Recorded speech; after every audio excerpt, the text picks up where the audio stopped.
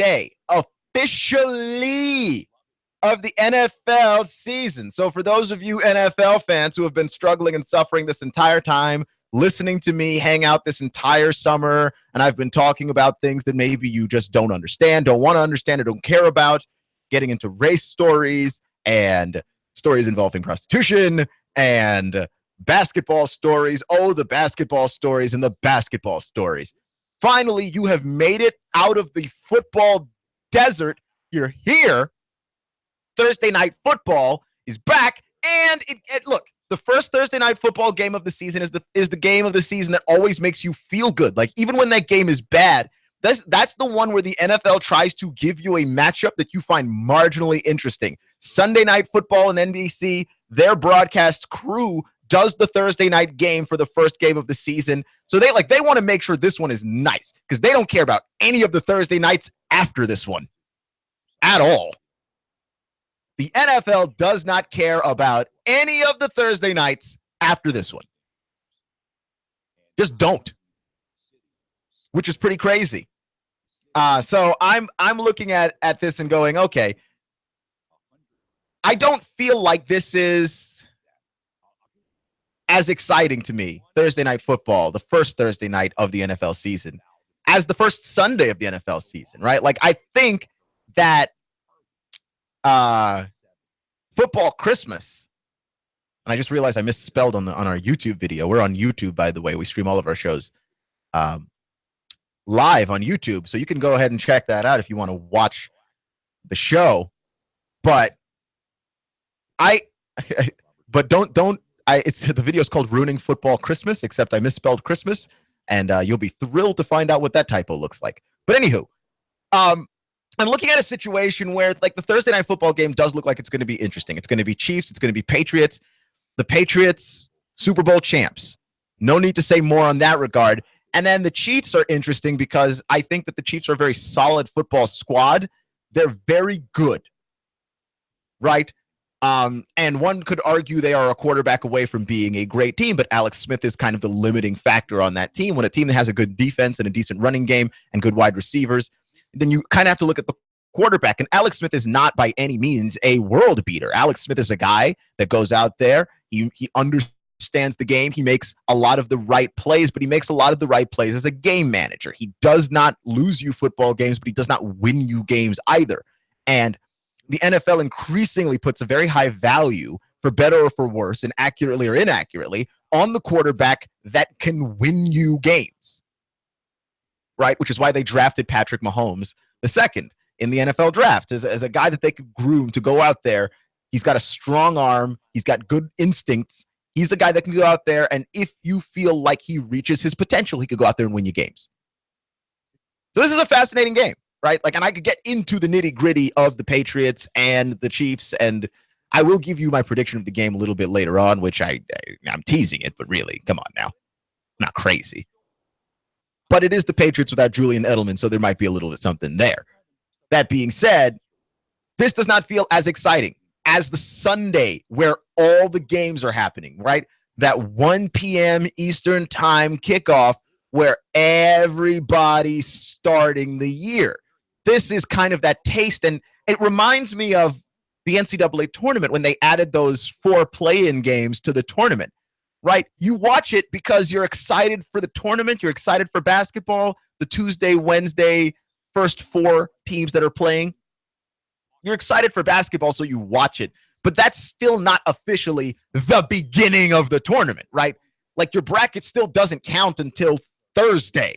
That's the one that matters. And I know they tried to add more games to just add more excitement, but it really, to me, that doesn't add more excitement. It's just that more stuff to do, right? It's like more stuff to watch just because I like it. But I don't feel excited about it. I don't feel thrilled about it, right? Sunday is coming up. I feel thrilled about Sunday, right? I root for the Redskins. I don't know what I've got to be thrilled about, but I still feel thrilled about Sunday. I do not feel thrilled about today. And I'm not a Patriots fan. I'm not a Chiefs fan. So, like, I really just, this game is just a game that it whets the palate for the rest of the NFL season. But this isn't football Christmas. It isn't.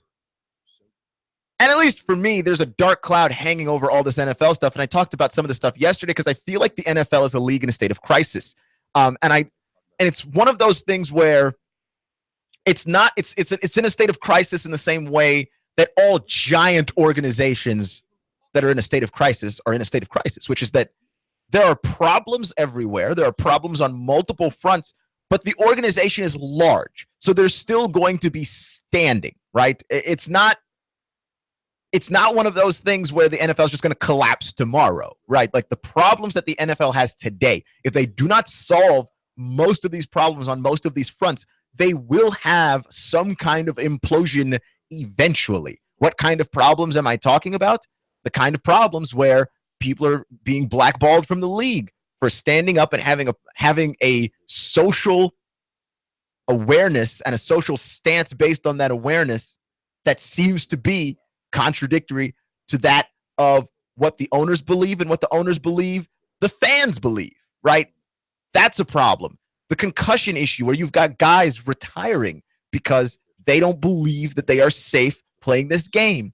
That's a problem. The quarterbacks.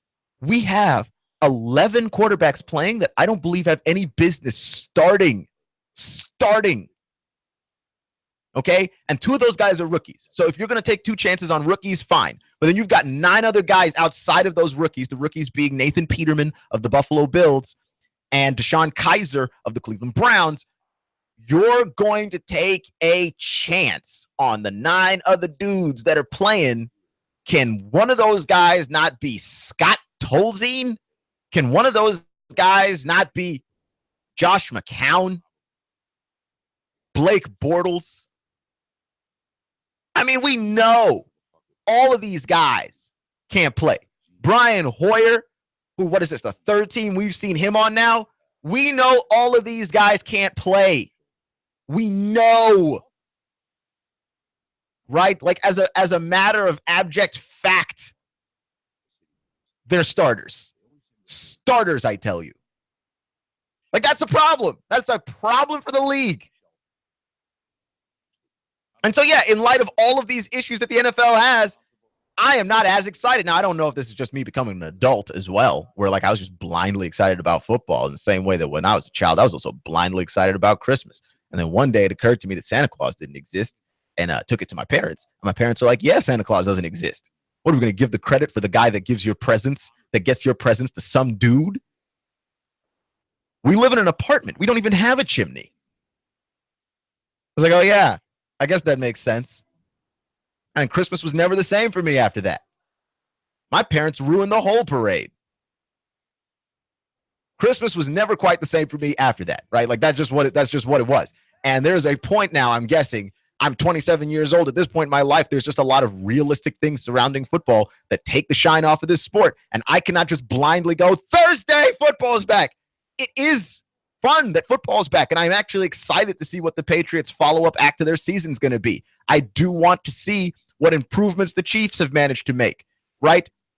Another year under Andy Reid. Like that team was a really good football team last year. And I think they had certain limitations. And when are they going to address those limitations? And how long is Alex Smith going to play before Patrick Mahomes gets to come in? Because some people have Patrick Mahomes as like the rookie of the year, which I think is crazy.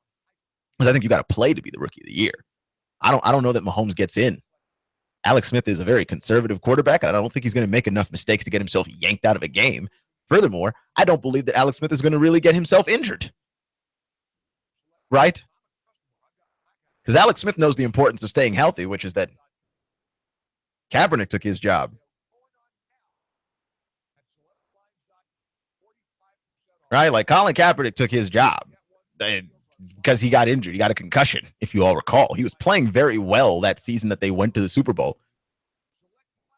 Cap came in and took his job. So I don't know what to tell you on that one.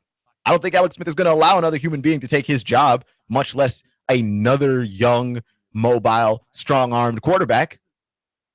I feel like he's done with that as a storyline in his life. Just saying. Clutch with Keon Rose on AM 1240 and 92.7 FM.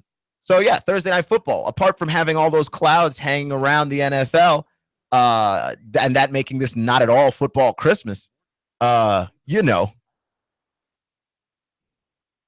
you know, it's just not the same. Like that Sunday when I can go through all these different channels, or I can go to the sports bar. I usually go to Bar Louie. That's the one where I find myself at the most. Go to the sports bar and then go, okay, look, Jacksonville, Houston is on at 1, which, by the way, that's another one of those quarterback matchups where it's like, really, Tom Savage versus Blake Bortles, the quarterback matchup you wanted to see in week 1. The Jets and the Bills, right, which gives us, by the way, that Nathan Peterman, Josh McCown duel that we wanted so bad. And then you've got the Titans and the Raiders. You've got the Ravens and the Bengals, the Steelers and the Browns, which I am actually very excited to see the debut of Deshaun Kaiser. I want to see how good the guy is. Indiana versus the Rams.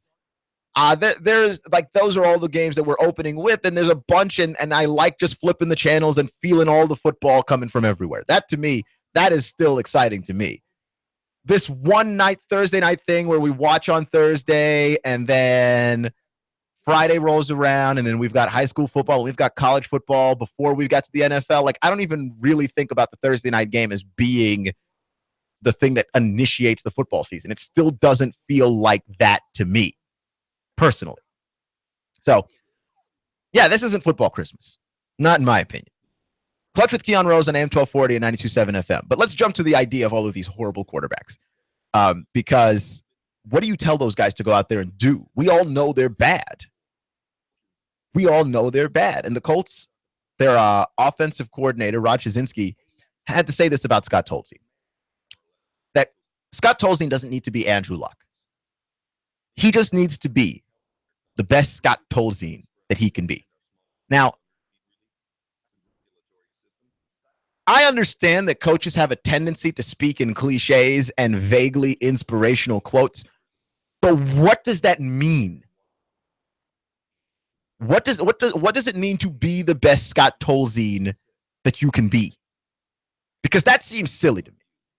The best Scott Tolzien that Scott Tolzien can be is still not entertaining for me to watch, right? Which is what is important here as a football fan. What is the point of saying that out loud? Sure, I'm sure it helps Scott Tolzien, but again, like, just strive for excellence, man. Because being the best Scott Tolzien you could be, to me, does not send with it an air of excellence. I don't think.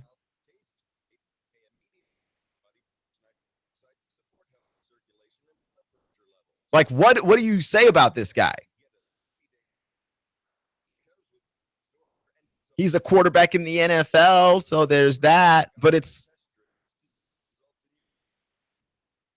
bothersome because I feel like you're trying to hoodwink me if you're the Colts, and really if you're the NFL, and you are one of the teams starting one of these 11 quarterbacks that really doesn't need to be starting week 1. It feels like you're trying to hoodwink me. And the reason why it feels like you're trying to hoodwink me is because I know Scott Tolzien's not a good quarterback, and you know Scott Tolzien's not a good quarterback, but there's some level of, I need to tell you this lie. Like, that's part of the agreement. That's part of our relationship. I convince you that Scott Tolzien is worth playing quarterback, and I just believe you, right? The Colts have to convince us that this guy is good and worth the time, especially to Colts fans specifically, of which there are many in Chattanooga. To Colts fans specifically, they have to sell you this idea that, no, you're not wasting your time on Sunday when you sit down and attempt to watch Scott Tolzien play football.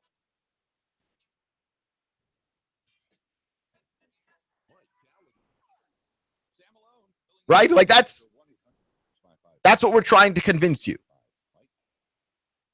Because we're talking about a guy who has played a grand total of 9 games in his career. 3 in Indianapolis, 6 in Green Bay. And he hadn't been great. Okay, how many touchdowns has he thrown his whole career? 2. In 9 starts. This isn't good. These aren't good numbers. Just not. But again, we have to do this dance. They have to convince us that he's good, and we just have to believe it, because the alternative to not believing it is then admitting that we are watching a product that is not worth our time. And that's not helpful in any particular kind of way for obvious reasons. That's not particularly helpful, right?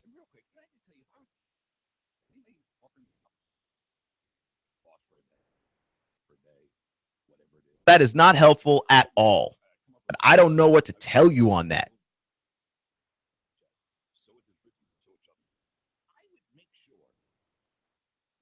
We're just sitting here believing lies. The NFL doesn't mind lying to us. And that to me is just like, well, that just takes the sheen off the whole season for me. Because I feel like we're getting spun in some direction no matter what it is that we do.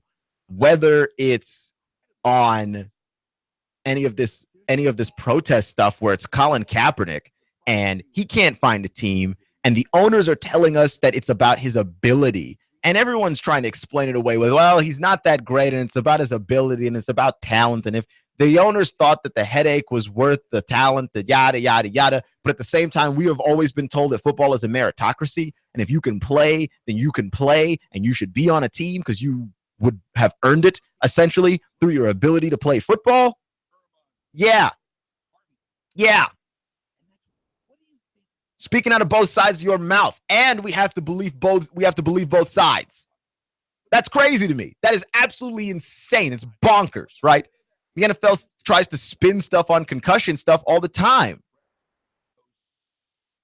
Right? Like the whole thing with players retiring, the NFL just ignores it. Just puts their head in the sand and decides, you know what? No, don't worry about it. Like they spin stuff at us constantly. And part of the relationship between the NFL and the NFL fans is that the fans just believe the lies, right? Like the Kirk Cousins thing to me is probably the biggest example of this, where Kirk Cousins and the Redskins did not agree to signing a long-term deal for Kirk Cousins because Kirk was pretty much cool with taking the franchise tag, which is a lot of money for 1 year. Then entering free agency presumably next year and making a ton of money. Might actually be the highest paid quarterback in the NFL. Might be the highest paid player in NFL history even. He was perfectly cool and perfectly okay with doing that and the notion of doing that. So I don't have any issues with them not agreeing. That's how negotiations work. Sometimes you come to the table and you come to an agreement, and sometimes you don't. They didn't meet the deadline. He's playing on the franchise tag. Okay, that's cool. But then they release a statement about how Kirk is greedy and that they offered him an offer that was more than fair, and he just didn't sign it. Like they're trying to smear him, and the whole part of that is that the Redskins fan base is supposed to believe the team. Like, why are we supposed to believe the team over the player on all of this stuff when it's clear that the entire time the Redskins have been offering him far below his market value and like insulting contracts all along the way that never got better up until the very, very end. And even then, the number wasn't even close to what he can make next year just as a free agent. Like you're in a position of no operating leverage, and yet you're going to try and slander the player. And part of this dance is that we just believe you. And again and again and again, that's part of what this is. And it doesn't matter what the subject matter is. It seems to be the one theme with the NFL is that the NFL can take the story and twist the story into whatever it wants it to be, and we just believe that story, which is why even though I think Ezekiel Elliott is a guy that he's a little wild and he's a little crazy and he's a little out there and he deserves to be punished for some of the things that he has done, and he has made a lot of really bad decisions. I will also say this about Ezekiel Elliott. I'm not about to take the side of the NFL on any investigation that the NFL commits to, because the NFL does not do these investigations well, and you can't trust them, okay? You can't trust any of this stuff further than you can throw Roger Goodell. You can't believe it because they're so habitually lying to you so frequently that it's like it feels ingrained in the relationship. Like, oh boy, here comes the NFL with another lie, and then we just buy it. I'm not buying it. Not from this organization with that track record. Nuh-uh. Clutch with Keon Rose on AM 1240 and 92.7 FM. Continue ruining football Christmas. Next.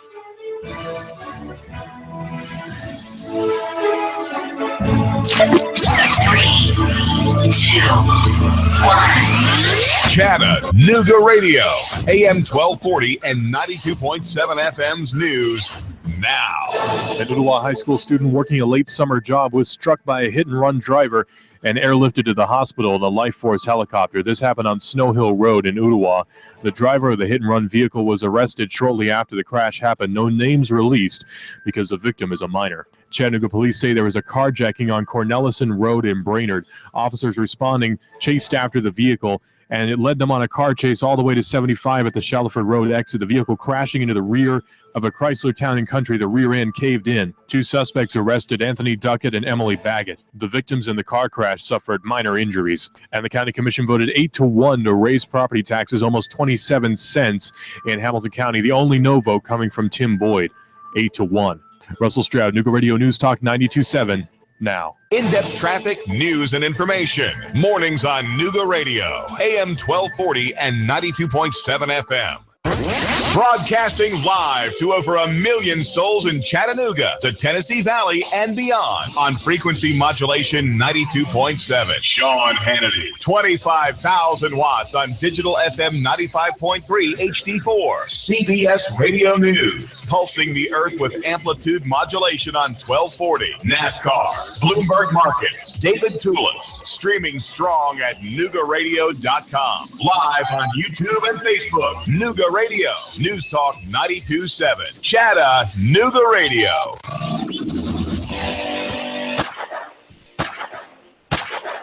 Don't punish your gun by leaving it in a corner. Shoot it, sell it, or just toss it. Okay. Don't toss it. Make money with it. Shooter Supply and Indoor Range, the hottest gun shop in town, finds buyers for your extra firearms. Put cash in your pocket today. Are ARs cluttering your closet? Rugers rusting in your rec room? Shooters Supply and Indoor Range in Hickson will take your firearm and put it on consignment. To you, that means no money out of your pocket with a small fee when the gun sells. Larry at Shooters has got an online store. He's licensed to ship anywhere. It's as if Shooter Supply were giving your billfold cover fire.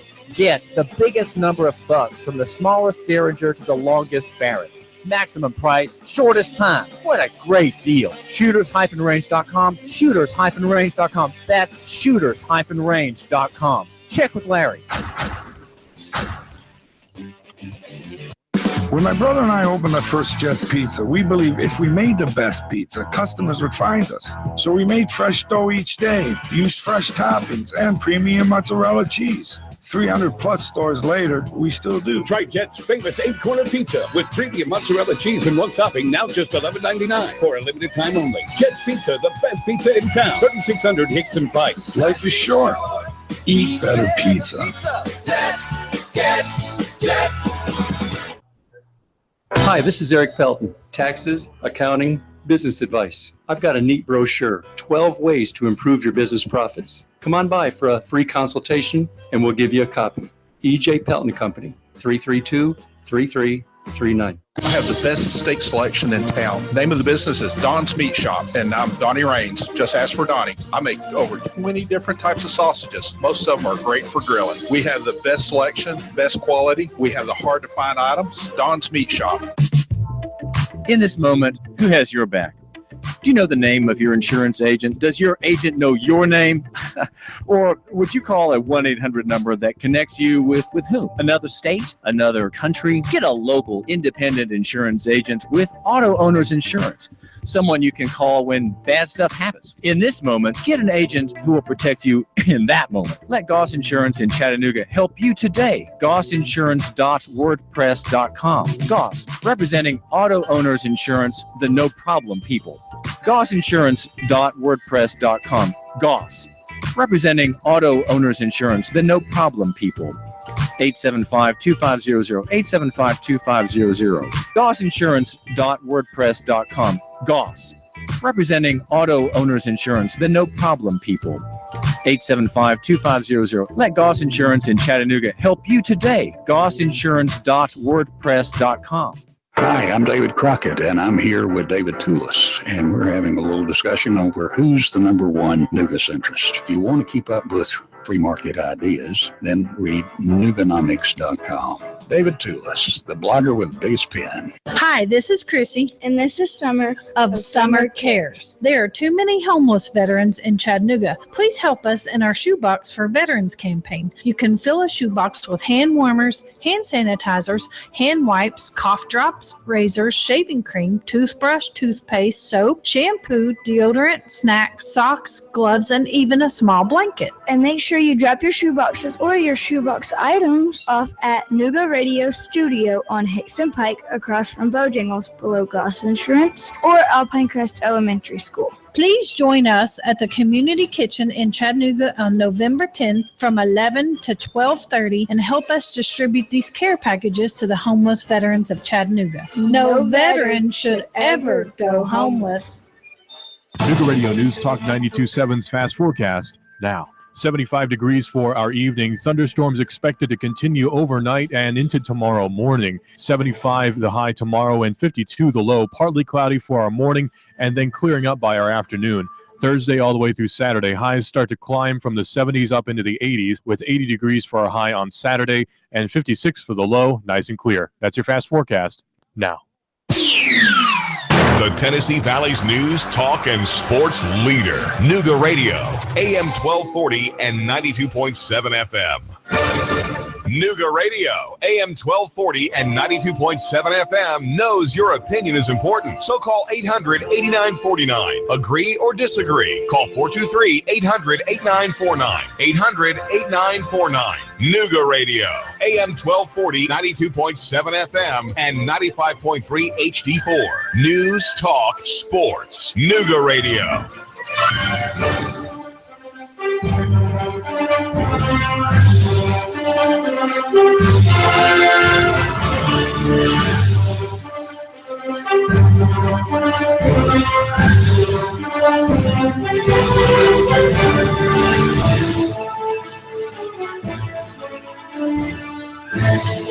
You're listening to AM 1240 and 92.7 FM, Clutch with Keon Rose here on Nooga Radio, NoogaRadio.com. And some bad news if you're a Tennessee fan. Juwan Jennings is going to be done for more or less the season. He's out. He's expected to miss up to 12 weeks, 3 months, with a wrist injury that he got in the Georgia Tech game. And so the injuries begin for the Vols. And you were hoping that Juwan Jennings would be able to return this season after injuring his wrist, in large part because he was a big part of the offense last year. And he looked to be and figured to be a big part of the team going forward. But I'm not going to lie. Tennessee did find Marquez Callaway at, I imagine, the wrong time. Or at the right time, rather, right? Like, they found that guy at the correct time. If you were going to lose Juwan Jennings, you need a guy like Marquez Callaway, right? Like, you need someone who is going to be able to make big plays. And he made big plays down the field against the Georgia Tech team that pretty much knew he was coming. Like, it was one of those situations where it's like, yeah, no, Dormady figured out really quickly, that's the guy I want to throw the ball to. And then did that repeatedly. Continued to do it just over and over and over again. So, yeah, finding Callaway was great, but how nice would it have been to have had Jennings and Callaway? So that doesn't help. And also, John Kelly emerged at the right time as well. So we're looking at a Tennessee team that's going to look very different, in my opinion, than the one that we saw last year, for better or for worse. I'm just one of those guys that's like, man, a team that struggled with injuries, losing a guy that important to them week 1 of the college football season. I can't imagine that that's something that's particularly heartening. But that being said, this is kind of been an issue with the Vols for a long time, is health and staying healthy. But here's the thing too, because health is usually only a problem when you don't have depth, right? Like, if you've had just a serious rash of injuries everywhere, then that's one thing. But, like, everybody gets injured. This is football. This is the way that this game works, that everybody gets injured. No one leaves this game unscathed. And Alabama gets injured, and Clemson got injured last year, and Florida State has injured. Like, everybody's got injuries. Where's your depth? That's really where it comes down to in college football, is try and keep your quarterback upright and have some depth. And Tennessee didn't have depth last year. The fact that they were able to find Callaway when they did is hugely important, if not because the depth that being able to bounce back from injuries in large part has everything to do with who your backups are. So that, to me, speaks to some level of improvement already, that the Vols had another receiver to go to, right? Like, there's no reason why one guy gets injured on your offense and he's not your quarterback, so your whole offense gets neutered. Like, there's none. It doesn't make any sense, right? Just given the weight of every player on the field at a given time. And when I say weight, I mean in terms of playing their part to make sure that the ball moves down the field. There's no reason why losing a receiver ought to kill your offense. It might slow you down, right? Because, I mean, just by the nature of what that is. But it shouldn't kill you. And last year, it killed the Vols. It did. Injuries all over the place killed them. And at some point, it was just like, man, why are you dropping like flies? But also, where's the replacements? That's problematic. Clutch with Keon Rose on AM 1240 and 92.7 FM. So before we get back to just ruining the NFL, because, you know, that to me is very fun, because Roger Goodell deserves it and the NFL deserves it for just being ridiculous on a fairly regular basis. I want to talk about Urban Meyer and something that Urban Meyer said, because Urban Meyer was talking about Will Muschamp and Tom Herman specifically. That Will Muschamp is in his second year as the head coach of South Carolina, and Tom Herman is in his first year replacing Charlie Strong at Texas. And Urban Meyer, who coaches at Ohio State and used to coach at Florida, has been critical of both of those guys for basically blaming the previous regimes on the reason why it is that they could not play football well or could not coach football well, right? Now, I do think part of me wants to be a little bit skeptical of Urban Meyer in this case, because Urban Meyer is like one of the 5 coaches that gets it. Like, he shows up. Urban Meyer could fix your team tomorrow. If he showed up to coach your school, Urban Meyer could coach your school to a victory tomorrow. Okay, that's the effect of that guy. He shows up, you start winning. That's exactly what happened at Ohio State. It did not seem to be any kind of refractory period on Ohio State. He showed up, and the Buckeyes were good, right? Like, there wasn't a holding period. Now, he inherited a good team, but how many times have we heard that, where a guy inherits a good team and we're just like, well, we've got to get the players in that fit my system, and that's the reason why we're not playing any good. Yeah, Urban Meyer's tired of that, right? And so he heard a quote that Tom Herman said about last week when Texas lost 51-41 to Maryland. Or Tom Herman basically said something along the lines of, I can't rub pixie dust on this thing. You know, I can't show up and rub pixie dust on this thing and have it in 9 months be a different team. And Urban Meyer just was driven crazy by that, because he said, when he's one of those guys that believes that when you show up to coach a football team, the success of the football team rests on the coach. Don't blame the players for what you can and can't do, right? And the reason why he pulled Will Muschamp into it is because Muschamp kind of made that same excuse when he was at Florida. That Muschamp was essentially saying, like, look, I don't have the guys from my system in here, and that's the reason why I'm not successful here at Florida. And essentially, Urban Meyer's like, no, all of the quarterbacks that you had, Jeff Driscoll, Chris Rainey, Jeff Demps, they all got drafted, and the whole defense essentially got drafted. You had good players, so you should have won ball games. Like, that's pretty much it. Like, if you have good players, you ought to win ball games. And Muschamp did not win ball games, and as a result, lost his job and wound up, being the head coach at South Carolina. And I don't know if he blamed anything in South Carolina on Spurrier before him or anything, but it's just one of those things where it's like, yeah, no, don't blame the players, blame you. Right? Like, no, and the reason why specifically Urban Meyer is upset with Tom Herman is because Charlie Strong was the head coach of Texas. And what's Charlie Strong to Urban Meyer? Well, Charlie Strong was Urban Meyer's defensive coordinator back in Florida, for those of you that remember, right? For those of you Florida fans that remember. So For this, Urban Meyer refuses to believe that Charlie Strong was incapable of recruiting a defense that could stop Maryland from getting 51 points. I tend to agree with him on that level, right? Like, you have players that can play on that squad. What it seems like is that you were not prepared. You did not realize that Maryland had the ability to punch you in the face like that. And so they punched you in the face like that. They dropped 50 on your doorstep and you didn't know what to do. They came into your house and did you to the tune of 51 points. And I don't see how that's a player problem. That's a coaching problem. And I'm not a Texas fan that's turned on Tom Herman just yet, but I am saying that is his fault, right? Like, I hold you 100% responsible because I was watching that game. The players are out there playing their tails off, but you've got to put those guys out there in a position to succeed, and they have to be ready for a Wildcat offense that everybody knew was coming, okay? We all knew it. It's not a shock.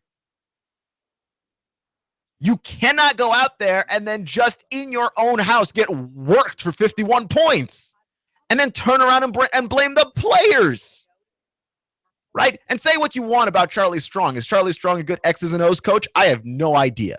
Is Charlie Strong like a brilliant head coach? Again, no idea. Hard to tell from what happened to Texas. He's a good defensive schemer. I would say good because, like, I want to say great, but like what happened to Texas wasn't great while he was there.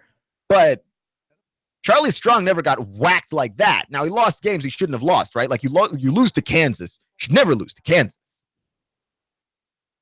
And there are some games that they did just get flat out steamrolled. But Maryland isn't the school that's supposed to do that to you. And I don't think that would have happened to Charlie Strong.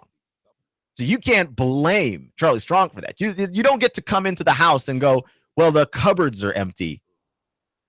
Not at a school like Texas. Are you crazy?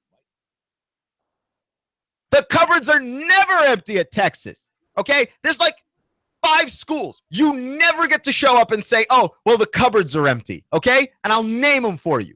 Texas is one. Just name them. Alabama. Can't do that there. Can't go to USC and talk about the cupboards are empty. You can't go to Michigan and you can't go to Ohio State and talk about the cupboards are empty. Not at those schools. Okay? You just can't do it. It's like people who are in America, and it freaks me out, like in America, and we complain about the 1%, like the really rich 1%. And it makes sense that you would like want more for your own life. But you understand that on an international level, if you count the poverty of the entire world, by just being an American, you're the 1% of Earth. What are you talking about? Like, you're worried about the fact that people have more than even you? That's greed, man. That's greed. Like, he's complaining about that is so ridiculous. Like, do the best with what you have on that stuff. That's how I feel about this. You are Tom Herman. You are coaching Texas, the University of Texas. And Charlie Strong, by the way, is a good recruiter. This is not a guy that couldn't get players to play for that school. He got good players to play for that school. So what that tells me is maybe not at every position that you would like, you have all the players that you want, but you've got players all over the place that if you're a coach worth your salt and you're playing Maryland, you shouldn't give up 51. It's one thing to lose to Maryland, right? And I give Maryland a ton of credit, by the way. I am not trying to take anything away from that school. Maryland played the better game. Maryland deserved to win that football game. But 51 points? Have mercy. What are you doing? And then have the audacity to come up in front of people and go, well, I couldn't sprinkle pixie dust on this thing and change it in 9 months. What are you talking about? Change what in 9 months? Scheme for the team you had an entire summer to scheme for. Like that's all anybody asked you to do for that. They run a pretty difficult kind of scheme to cover. But it's not that difficult to cover if you know what's going to happen. It didn't look like your players knew what was going to happen. Right? And I'm really glad Tennessee won because Jones lost. I can't imagine, first off, what he would have said had he lost. And everything that Butch Jones says is infuriating and only made better by the fact that he has won, right? Like, if he wins, then you are not as upset at the words coming out of his mouth. But when Tennessee loses, nothing will make me lose my stack more than a Butch Jones interview. Because the excuses start coming, like start oozing out of the walls. And it's never, I wasn't prepared. It's never, this caught me off guard. It's never, I made the wrong decision there. It's always certain individuals on this team and the coaching staff. Like, no, don't look at the coaching staff. Look at the head coach of the coaching staff. I'm seeing that in Tom Herman, and I mean, as a Texas fan, I am just not thrilled about it. But Urban Meyer as a coach and a guy who, look, he's one of the great coaches in college football right now. It drives me crazy, but I'm just a fan. What do I know? He's a guy that if it drives him crazy, that's legitimate. You have got to take responsibility. Like, that's most of life, by the way, is taking responsibility, even when stuff is not your fault. Because that's the thing that I think we like to do the most, is if something, like, I'll speak for myself. When I do something wrong, I don't have any problem taking responsibility, right? I don't have any problem taking responsibility. I can speak for myself on that. But if something is not my fault, I don't. But I should. I should take responsibility. I should try to change what I can change and what I would change. Right? Like that. I feel like that's fair.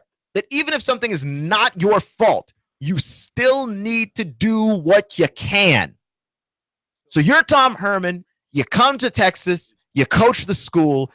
Maybe not everything is up to your liking. Maybe not every player is up to your liking. But you know what? You know one thing. You know at the beginning of the season, you're playing the University of Maryland. You know that. And you know that at the beginning of the season, they like to run the Wildcat. They run the Wildcat more than anybody else runs the Wildcat. And it is tough to stop if you don't know your responsibilities and you don't know where to be. And that young man that they had at quarterback, Tyler Pigrome, will level you. I mean, guy will flatten you in a way that you would not believe.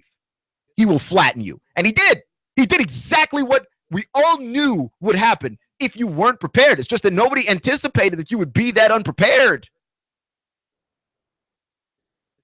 And I don't know, there's a certain level of like stupidity that I never assume people can reach. Because it seems unfair and it seems wrong, right?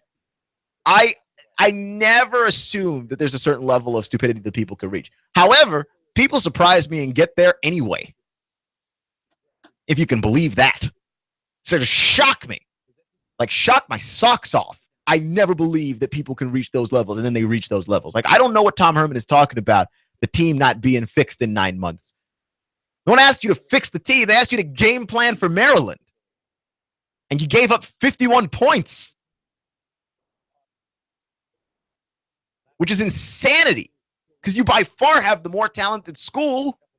Like, Maryland might be, like, even after this win, because I can't imagine, like, that after this win, like, Maryland's life is going to get any easier. People are going to keep an eye out for them and what it is that they do. But I can't imagine that, like, that Maryland is still considered, you know,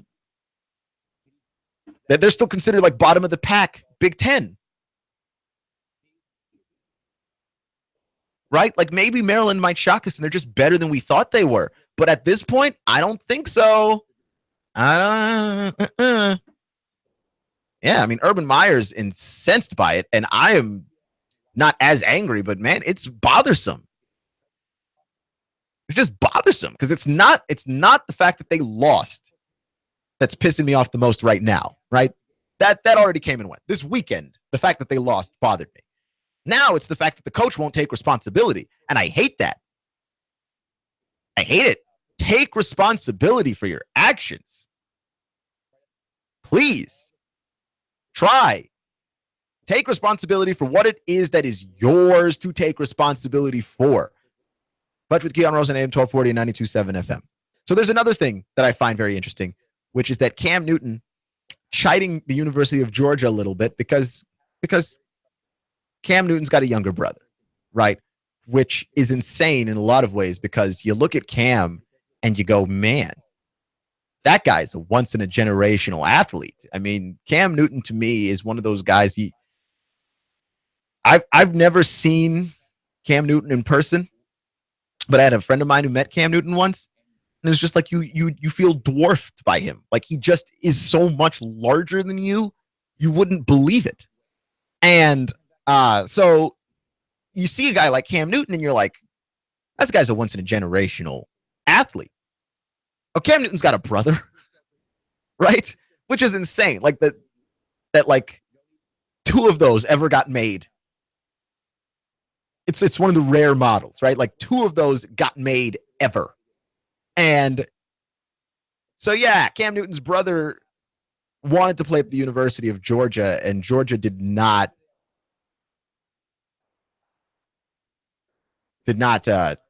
take up Kalen Newton as Cam's brother. And it didn't take up Kalen Newton. And so Kalen plays for Howard University, and Howard won their opening game. Kalen Newton played a pretty good ball game. I think he threw for like 126 yards and a touchdown, and then he rushed for like another. He threw for 140 and a touchdown, no picks, and then ran 21 times for 190 yards and 2 touchdowns in their 43-40 victory in the Mountain West Conference over UNLV. So, a good game played by Kalen Newton overall. I mean, and played in probably the way that his brother similarly played in college, where it's just like, yeah, that guy's just freakishly athletic. I don't know how you stop him. It's when a guy is carrying the ball 21 times for 190 yards from the quarterback position and scoring 2 touchdowns, including the game winner. I mean, at that point, like, how do you even get to the point where you stop that guy? Right? Like that's a guy that's just at will taking yards from you. And that's pretty much all that you've got going there, right? So Cam's brother, pretty much almost amazing an athlete as he is. And Cam was basically chiding the University of Georgia a little bit like, hey, you know what? You could have had him. You could have had this. And to me, that's crazy, right? Because I would take a chance on Cam Newton's brother, right? Like the same way that people take a chance on Eli Manning early in Eli Manning's life. You recruit very heavily Eli Manning because he is a good quarterback and all of those things. And he's Peyton's brother. So you're just like, man, I don't know if this guy is like part 2 of Peyton, but I got to take the chances, at least for me. Right? Because genetics, I feel like, does play a huge part in this stuff. How could it not? Like your athletic and your physical makeup is genetic, typically. So if Cam Newton has a brother, I try and get his brother. Just to see if he can play. And it looks like he can play. My thing is Georgia ended up losing Jacob Eason pretty early in that game. And so you're just like, wow, they're relying on Jake Fromm. Fromm looks all right. But can you imagine how scary they would have been if they had like a Kalen Newton? Kalen Newton, whose stat line was 15 of 26, 140 yards, 1 touchdown, no interceptions, 190 yards on 21 carries, and 2 more touchdowns on the ground. And combine the fact that that guy seems to get yardage whenever he wants to with the fact that Nick Chubb also seems to get yardage whenever he wants to, and Sony Michel seems to get yardage whenever he wants to. How do you even dream of slowing something like that down? Like, I don't know. I really don't. But that would have been a machine. I would have paid money to drive to Athens to see that. That would have been a machine, right? Like, and it's not like I wouldn't pay money to go to Athens, Georgia to watch the Dogs now. I'm saying if that was an offense that they could have potentially produced, I would have paid more than normal, like 2 times the price of admission to go see that. Yeah, be kidding me. Because I don't go watch the highlights of that game. Howard versus UNLV. It seemed like he got yards wherever and whenever he wanted. Wherever and whenever and however. Dude ran for 190 and 2 touchdowns. No turnovers. That's crazy. It's crazy. If you were to add that to Chubb and Michelle, woof, woof, I don't know what to tell you on that front except to say that's one of the more truly horrifying things that could have been in the SEC that we didn't see. And we're looking at a situation in the SEC where the quarterbacks are already fairly horrifying, if not truly, truly underrated.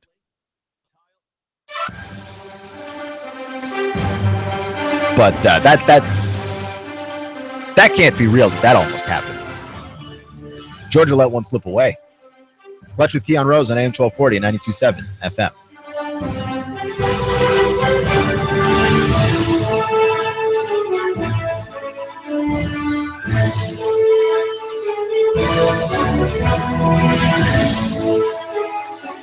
In-depth traffic, news, and information. Mornings on Nooga Radio, AM 1240 and 92.7 FM.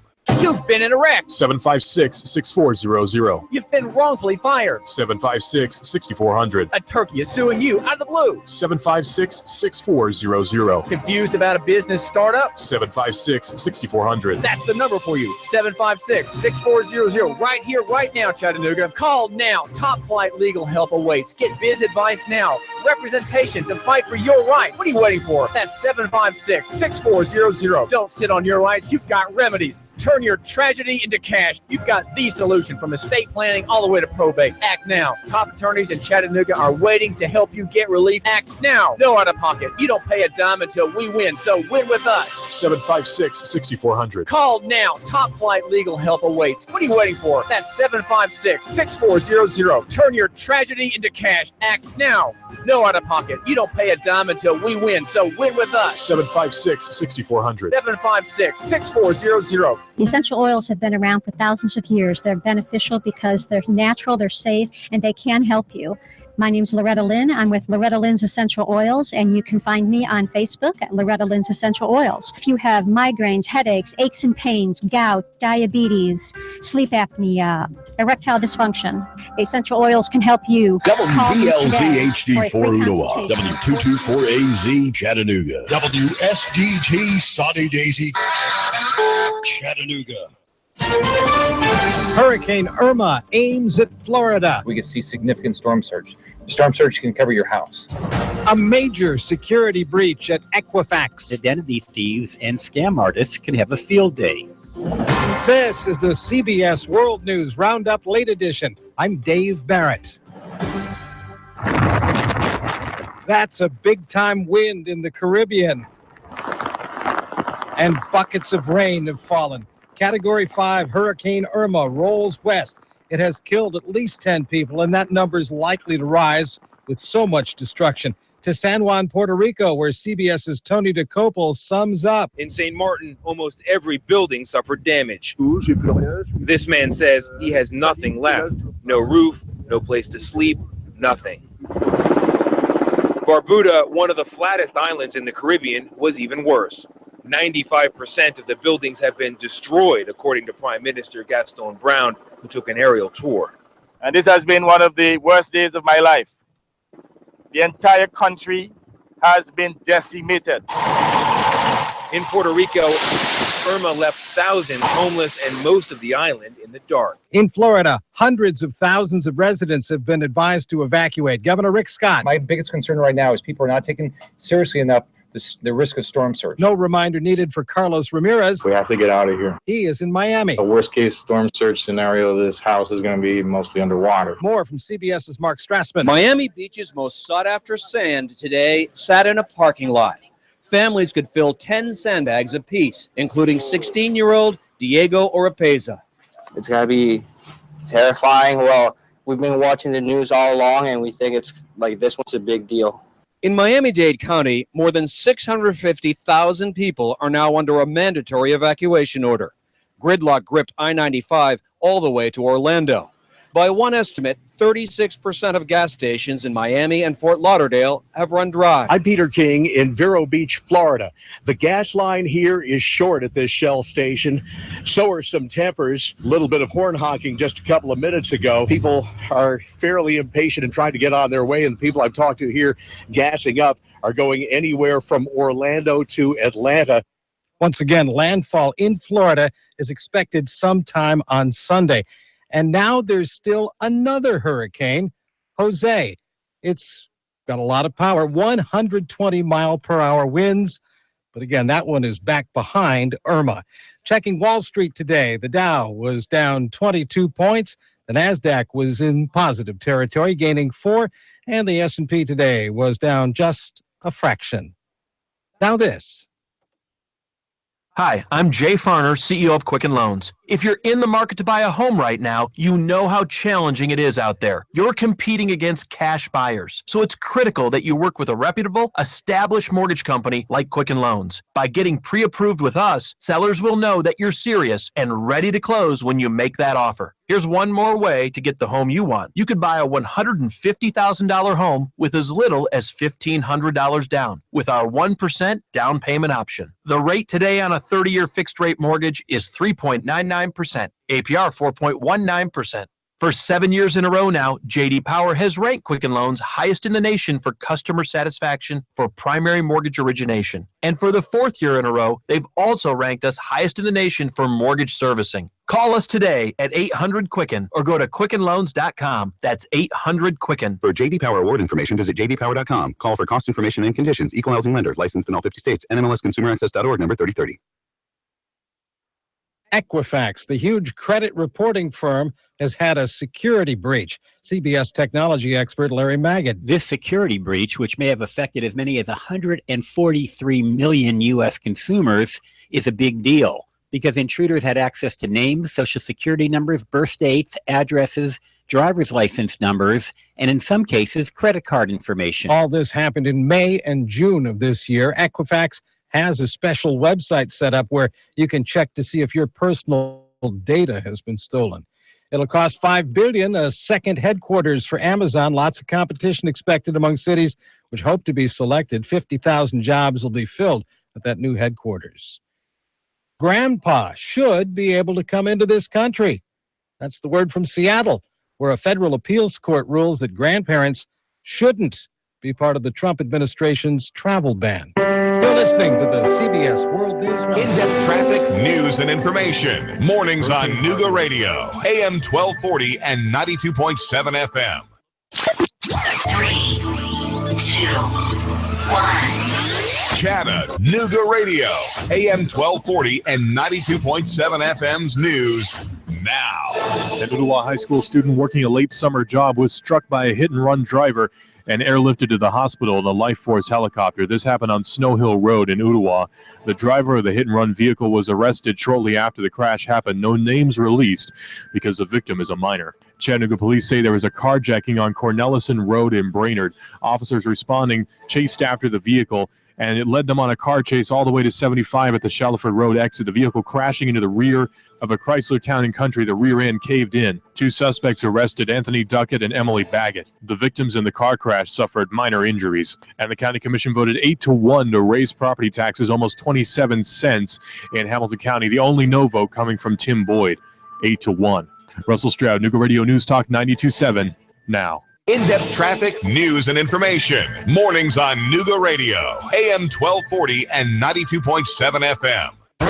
Broadcasting live to over 1 million souls in Chattanooga, the Tennessee Valley, and beyond on frequency modulation 92.7. Sean Hannity. 25,000 watts on digital FM 95.3 HD4. CBS Radio News. Pulsing the earth with amplitude modulation on 1240. NASCAR. Bloomberg Markets. David Tulis. Streaming strong at NoogaRadio.com. Live on YouTube and Facebook. Nooga Radio. News Talk 92.7. Chattanooga Radio.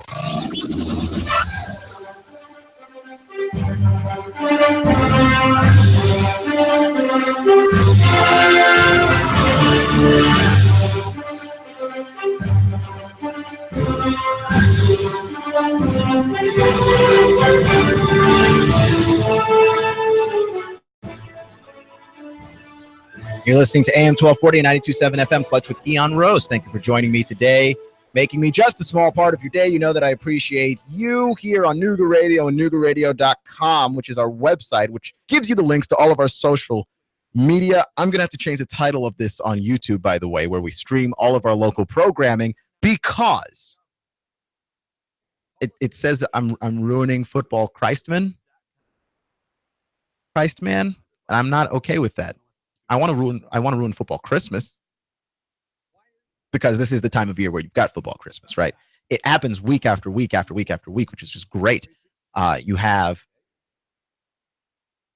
Friday when high school football starts back up, and then you've got the next Saturday where college football starts back up, and then you get the next Sunday where the NFL starts back up, and it's wonderful. It's like every week you're celebrating Christmas. The issue, of course, is that the NFL is super greedy.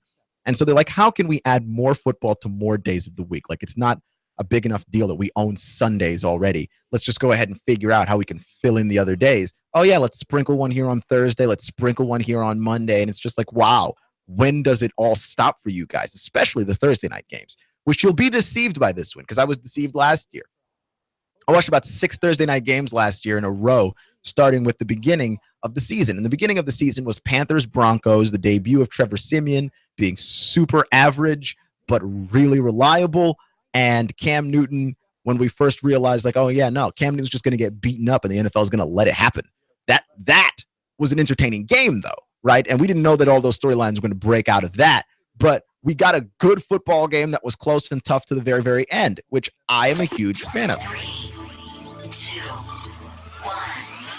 Chattanooga Radio, AM 1240 and 92.7 FM's news now.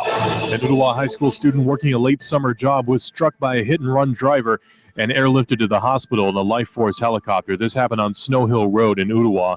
The driver of the hit-and-run vehicle was arrested shortly after the crash happened. No names released because the victim is a minor. Chattanooga police say there was a carjacking on Cornelison Road in Brainerd.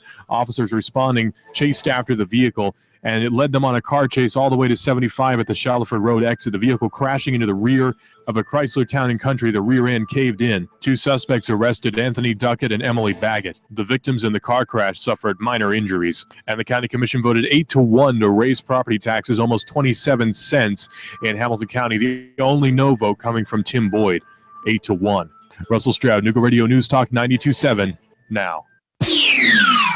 The Tennessee Valley's news, talk, and sports leader. Nooga Radio, AM 1240 and 92.7 FM.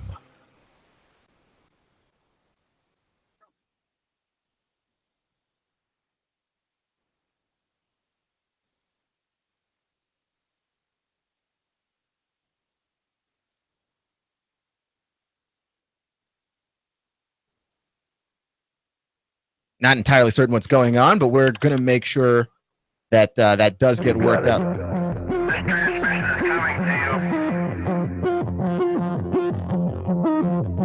Waging war on corruption. All right, you are go. It's Alex Jones coming to you live from the front lines of the Info War.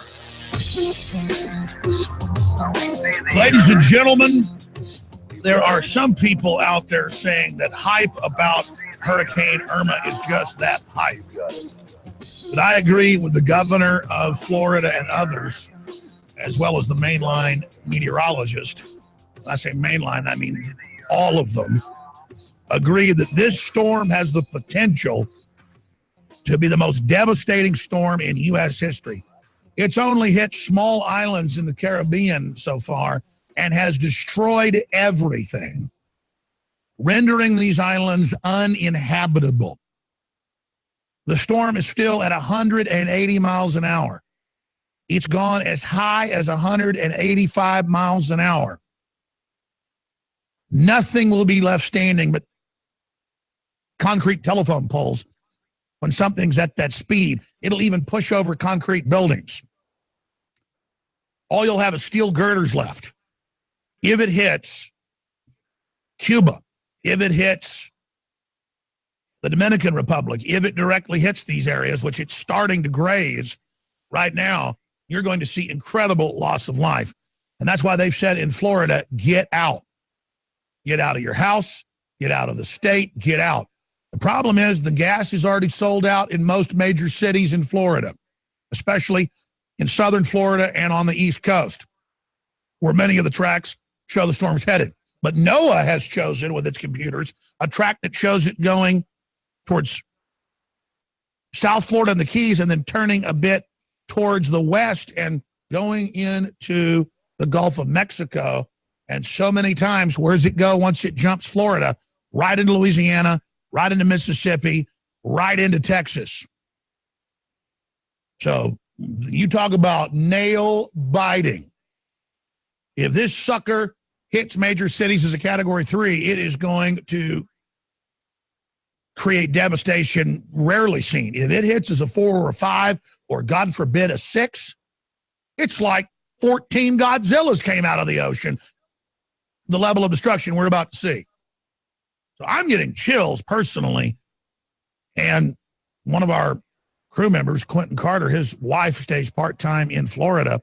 They've got a house there, and he's going there to take care of her and the dogs. And I tell you, when he lands, everything's already going to be sold out, but he's a smart guy. He's already got a generator and plywood and stuff ready.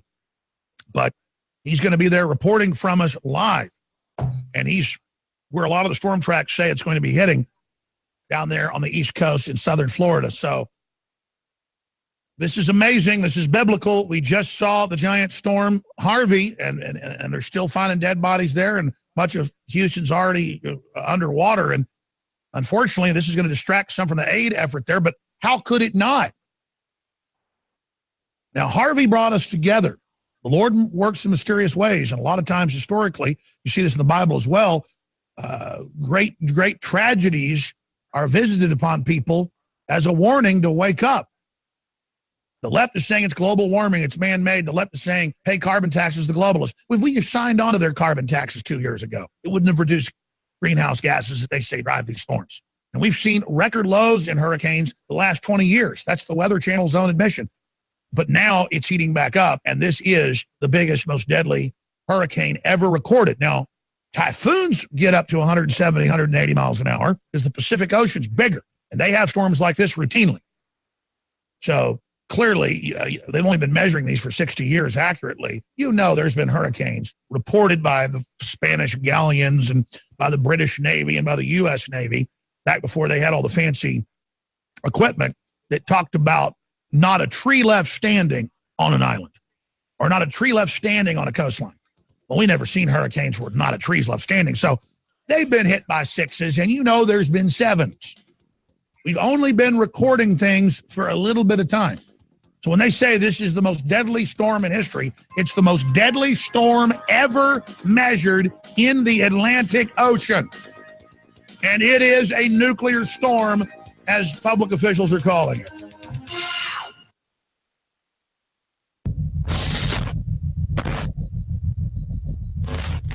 We've got great air filters, great water filters, great non-GMO heirloom seeds, great books, great films, great Patriot apparel to meet like-minded people. We've got a new humongoid sale. Not the number of things that are on massive sale, but on what's on sale. Out for months, not been on sale for months and months. We've never offered Super Male Vitality, known concentrated herbs, cold pressed. Super Male Vitality, 57% off. It's never been the price it is right now. 3,596 reviews.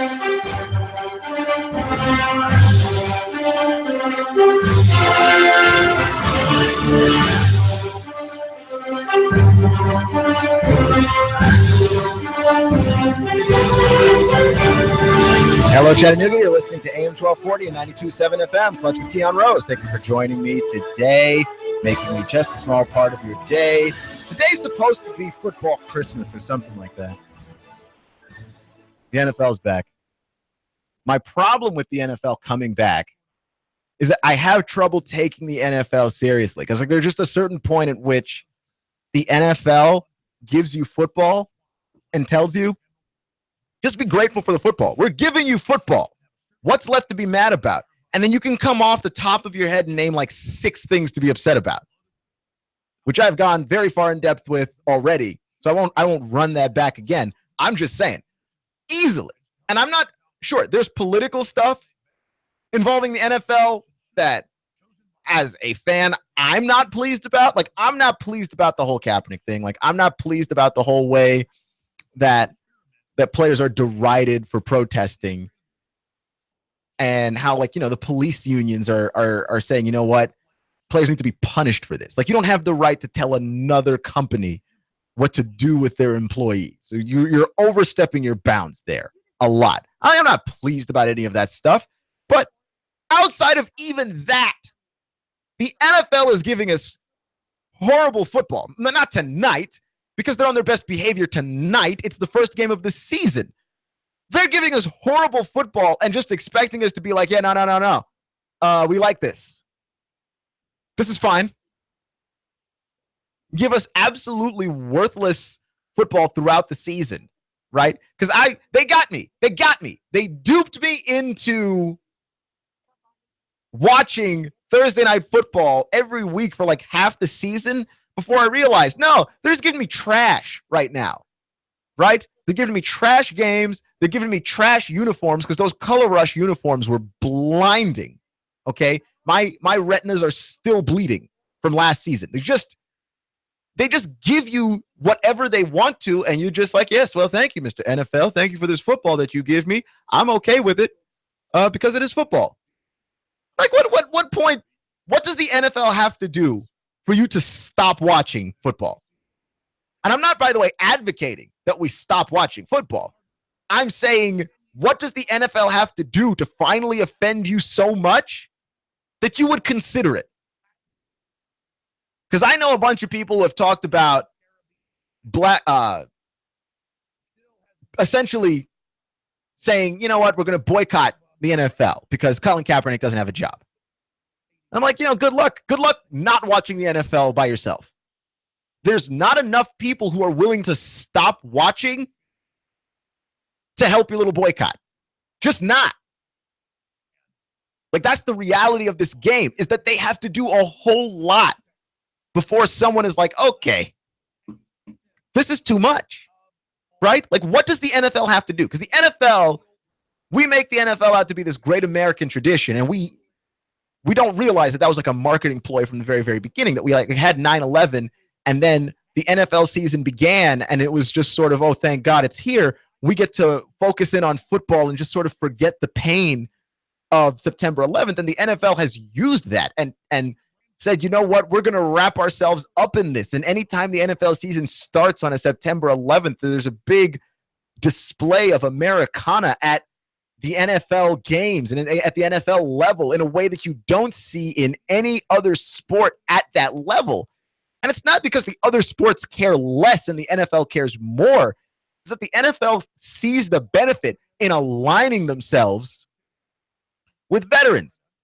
But if the NFL cares about the veterans so much, those veterans that you see down on the field, many of them get charged to be down there. You care about them so much, why are you charging them to be down there? I don't understand that. That should be something they get for free because they served the country, like, and offered up their lives. I mean, that to me seems strange, right? Like, that seems like an odd dichotomy, that the NFL does not give any of its breast cancer awareness revenue to any breast cancer research foundation, society. And the Susan Komen Foundation, which like a lot of people have a lot of trouble with in terms of like, it's already kind of sketchy in there where the money is going to breast cancer awareness and research. But the NFL is like, no, if we sell something that's pink, we're just raising awareness. We're not giving the money to anybody. That's our money. We're just raising awareness. So the NFL's making money off of veterans and breast cancer. Like, come on. What more does the NFL actually have to do before you're like, wow, there is some situation here where we are just morally bankrupt? How far does that have to go?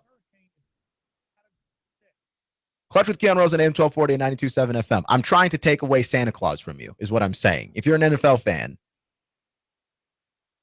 I'm trying to take Santa from you.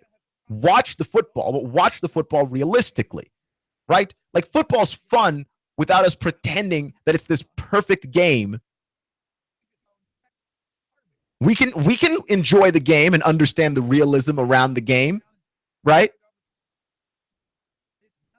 I was actually talking to my girlfriend before the show about this because she was at the grocery store, and she was looking for mayonnaise, right? And she looked at the mayonnaise, and there was light mayonnaise, which is what is that? Is that not an oxymoron? Light mayonnaise, right? And it's not good for you, okay? I don't care what it says on the container. It's not good for you. And neither is Diet Coke, by the way. Like they just put stuff on these containers so that you feel good about the idea of consuming something that's horrible for you. Diet Coke is not good for you. Coke Zero is not good for you. Light mayonnaise is not a thing. That's not good for you. But they put it on the container and you feel a little less guilty. Like, that's what it is. The NFL does these things and you're just like, you feel a little less guilty, but like, realize the reality of that game and realize the reality of that league, and you can still enjoy the sport surrounding that, but like, enjoy stuff realistically. One point in your life, you believed in Santa, and then there was another point in your life where you no longer believed in Santa Claus. You enjoy Christmas less now? No, you enjoy Christmas as an adult. You enjoy Christmas with the realism of Christmas, which is fair and fine and makes sense. You enjoy Christmas with the realism of Christmas.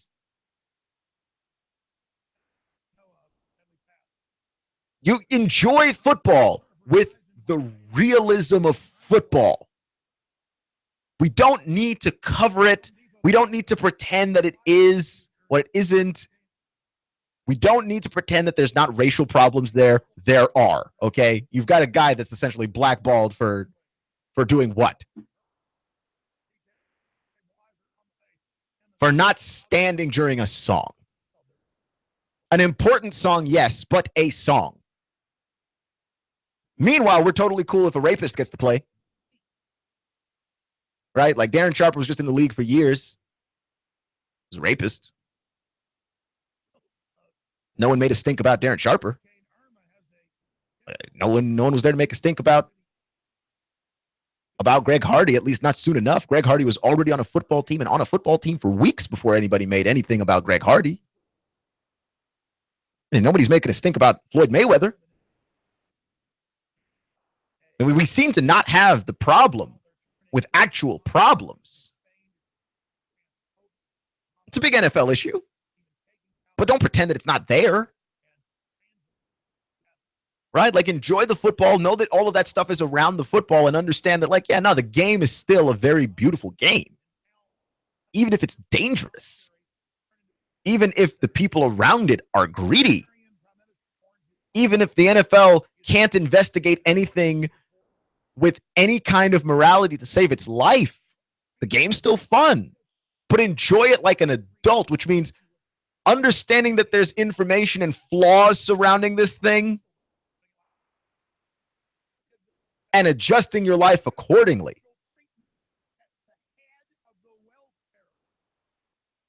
You know, I mean, that's all it is. That's all it is.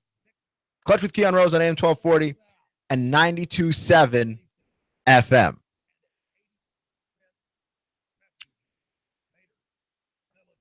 They're running out bad quarterbacks for us, though. They're running out bad quarterbacks, and they know they're running out bad quarterbacks. And we're just supposed to take it, which is a thing that it makes no sense. Let me give you the list of the 11 starters.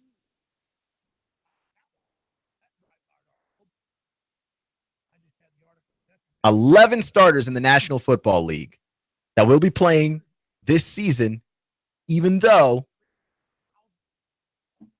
you know, they're either rookies or not very good. Here they are. Blake Bortles, Scott Tolzien, Nathan Peterman, Jared Goff, Tom Savage, Josh McCown, Mike Glennon, Jay Cutler, Deshaun Kaiser, Trevor Siemian, and Brian Hoyer. Now, I will exclude Kaiser and Peterman for the sole purpose of those guys are rookies. And I will exclude Jared Goff because We knew Jared Goff was going to be rough last year. You give Jared Goff a chance this year to see how good Jared Goff actually is. But that still leaves Bortles, Tolzien, Savage, McCown, Glennon Cutler, Simeon Hoyer. And all of those guys stink. Simeon is okay. He's a game manager. That's all he is. And we've got a bunch, like a rash of these guys. And it's kind of insane. And the NFL's like, nah, cool. Nothing's wrong here. And they're going to give us Alex Smith and Tom Brady, and we're going to accept that and forget that the other guys on that list are in this league and they're starters. Just think about that. Clutch with Keon Rose on AM 1240 and 92.7 FM. 3, 2, 1. Chattanooga Radio, AM 1240 and 92.7 FM's news now. An explosion of fire and a chemical leak at Walker Chemical leads to the evacuation of Walker Valley High and a complete shutdown of I-75. That route now back open. Walker Chemical releasing a statement saying that there was a mechanical failure which led to the release of a hydrogen chemical wafting into the air. Steam was seen floating above the air in the area. One initial report said that there was an injury at Walker Chemical, but the company's statement that came out later stated that there were no injuries and all employees have been accounted for. The shelter-in-place call has been lifted, and in Bradley County, life goes on. An Ooltewah High School student, as yet unnamed because he's a juvenile, was crumpled by a hit-and-run driver who was quickly apprehended after the crash occurred. That young man airlifted via life force to the hospital. His injuries unknown. Russell Stroud, Nooga Radio News Talk 92.7, now. In-depth traffic, news, and information. Mornings on Nooga Radio, AM 1240 and 92.7 FM. Broadcasting live to over 1 million souls in Chattanooga, the Tennessee Valley, and beyond on frequency modulation 92.7. Sean Hannity. 25,000 watts on digital FM 95.3 HD4. CBS Radio News. Pulsing the earth with amplitude modulation on 1240. NASCAR. Bloomberg Markets. David Tulis. Streaming strong at NoogaRadio.com. Live on YouTube and Facebook. Nooga Radio. News Talk 92.7. Chattanooga Radio.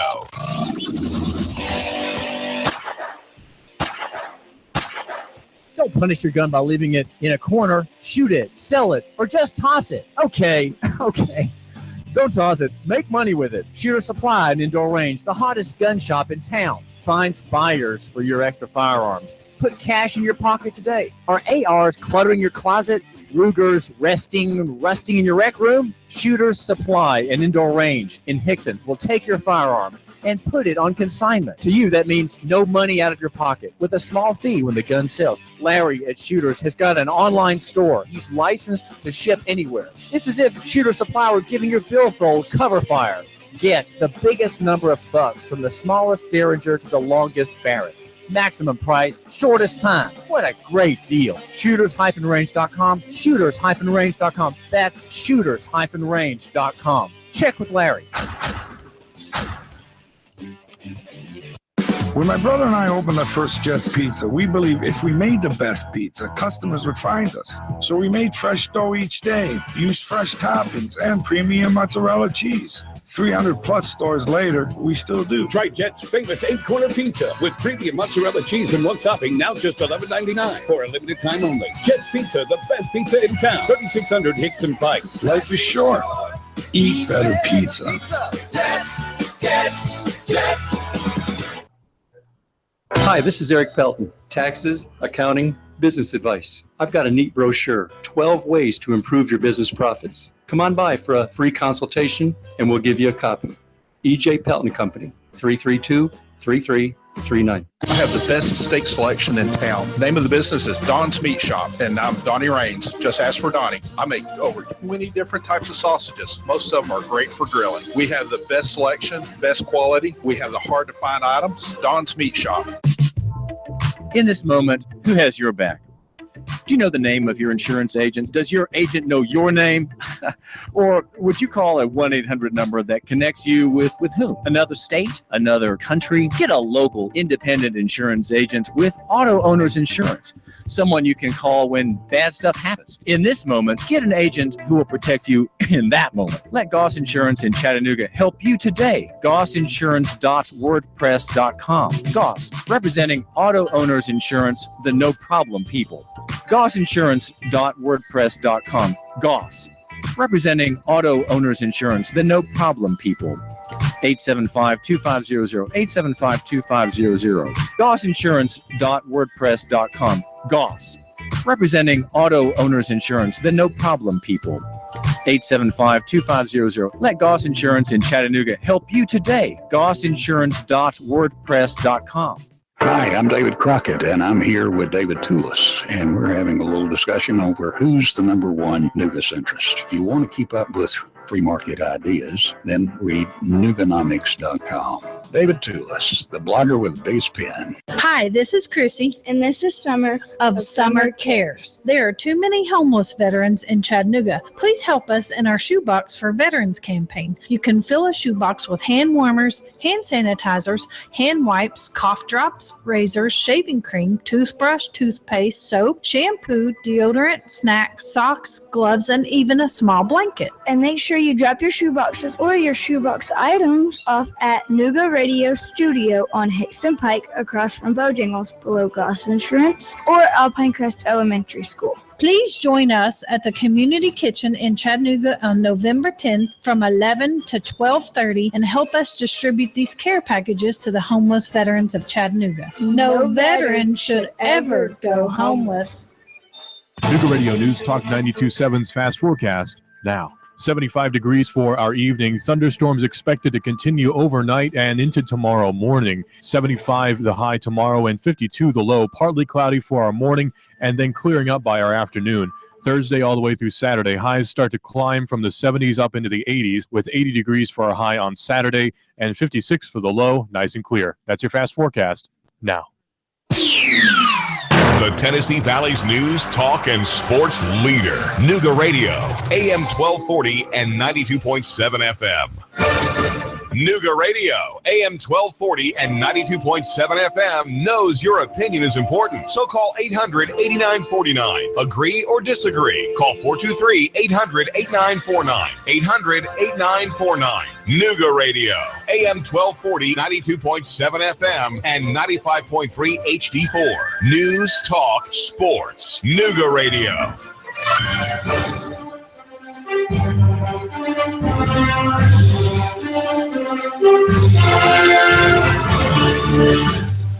Hello, Chattanooga. You're listening to AM 1240 and 92.7 FM, Clutch with Keon Rose. And, you know, the Michael Bennett story does have a development that came out. The Las Vegas Police Department did respond to the arrest of Bennett. And essentially, they said he was lying. That he was lying. That he was not, as Michael Bennett said, arrested for just being a black guy in the wrong place at the wrong time, but rather because he was suspicious looking, right? Which, let me go ahead and give the whole Las Vegas Police Department side of the story here, because I do want to be fair. I completely disagree with the people who are like, see, that means he's lying.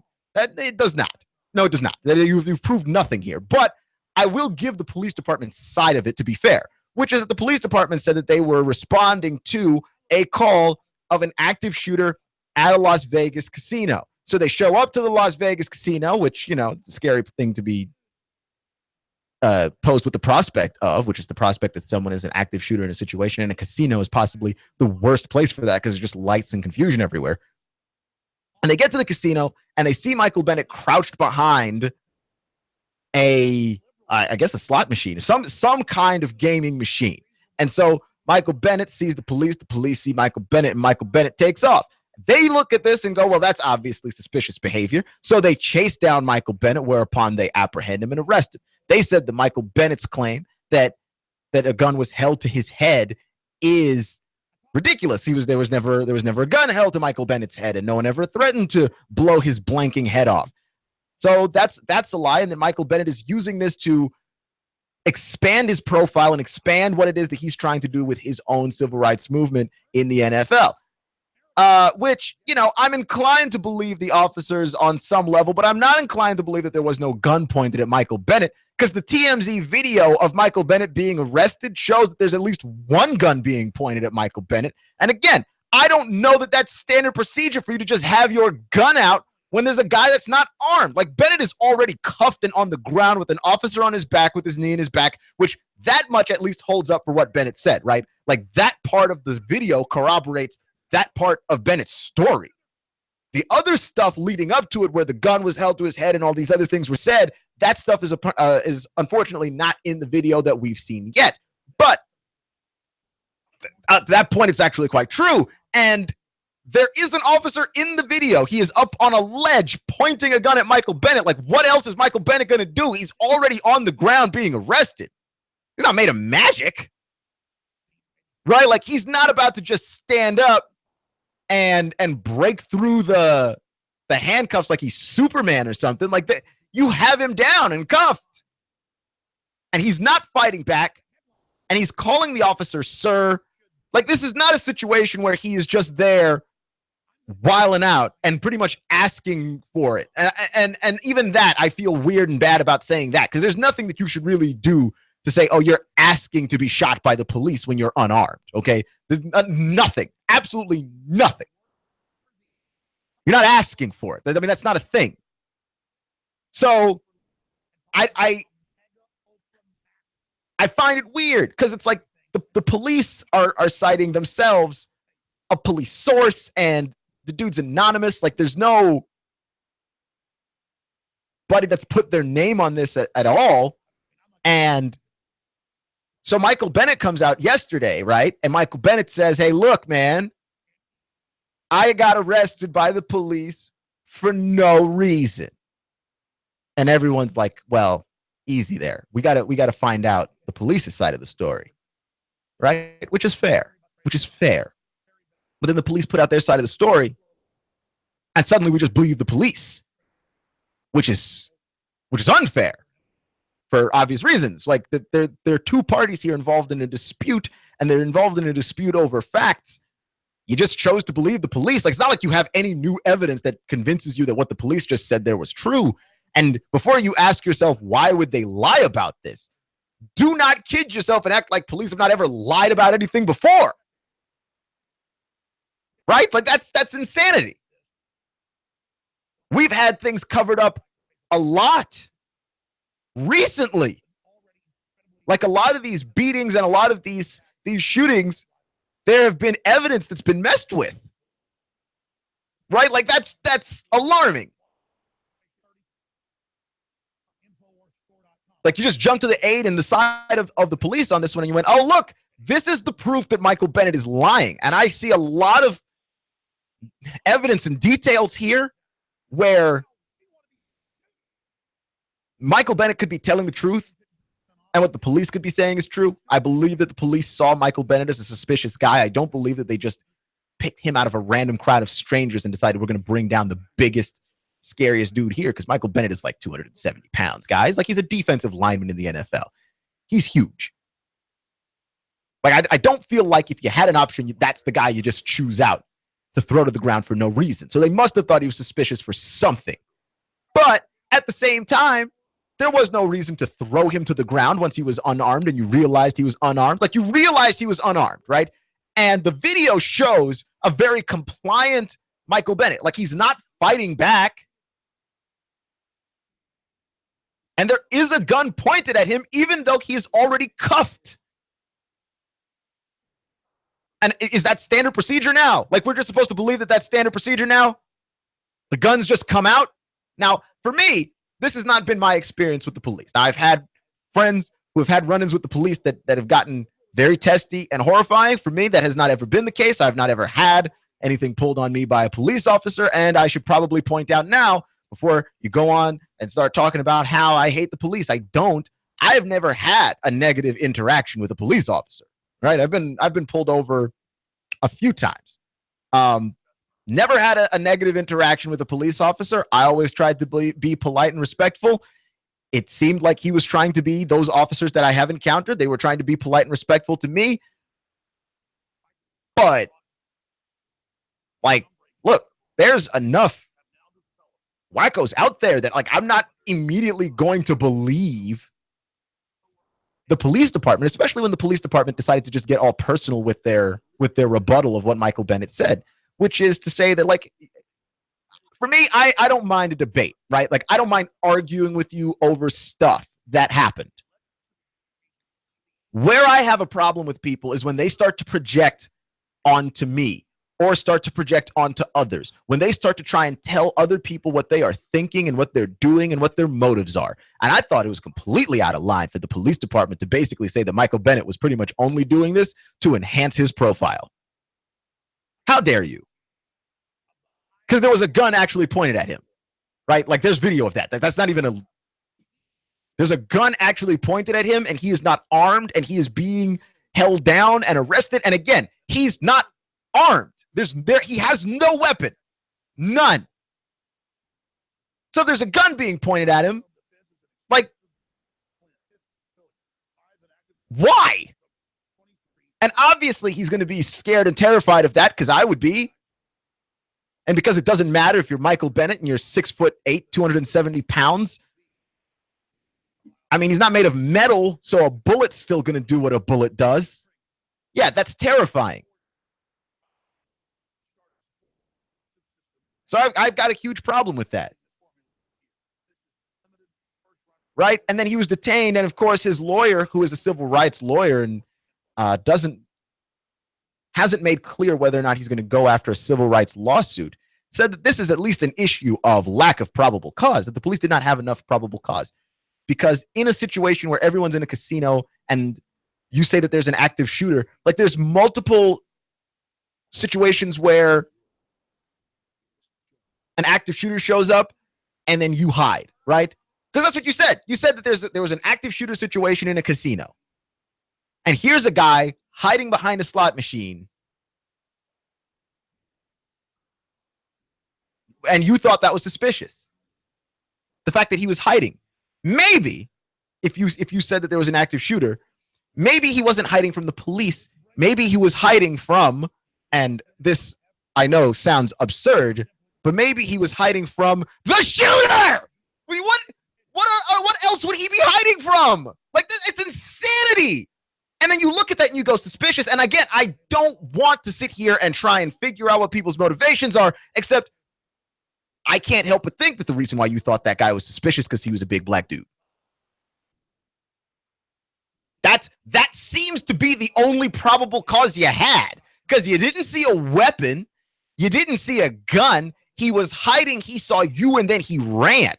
Now, this situation is not at all comparable to what's going on here, but I remember that I had a friend when I was in elementary school, and I was playing, like, we would play every recess, and I went out to go see this guy, and he saw me, and he took off running. So I chased him, and I chased him for like 30 minutes. I couldn't catch this kid, and I'm wondering, like, why is he running away from me? So I finally catch up to him, and we're both out of breath, and I ask him, like, what are you doing? Why did you make me chase you like that? And he was like, I thought, I don't know, you just had that look. You had the look like you were going to chase me. Like, why'd you chase me? Well, you ran. That's it. We wasted 30 minutes of our lives because he thought I was trying to chase him and he was running away from me. Right? Like, there's a certain level of, you're hiding behind something. You see the police. You are aware that you're black. You're aware of what this looks like. And you go, oh, they think I'm the shooter. Right? So you take off because, and we've seen this time and time again with a lot of these shootings, it doesn't matter. If you run, if you go towards the police, it doesn't seem to matter what you do. You might as well run. If you run long enough, they might see that you have no weapon.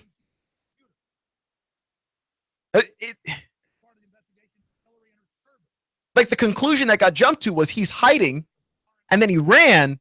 He must be the guy. Right? And in that situation, you're down on the ground. You've got a gun pointed at you. You got your dignity basically all but taken from you.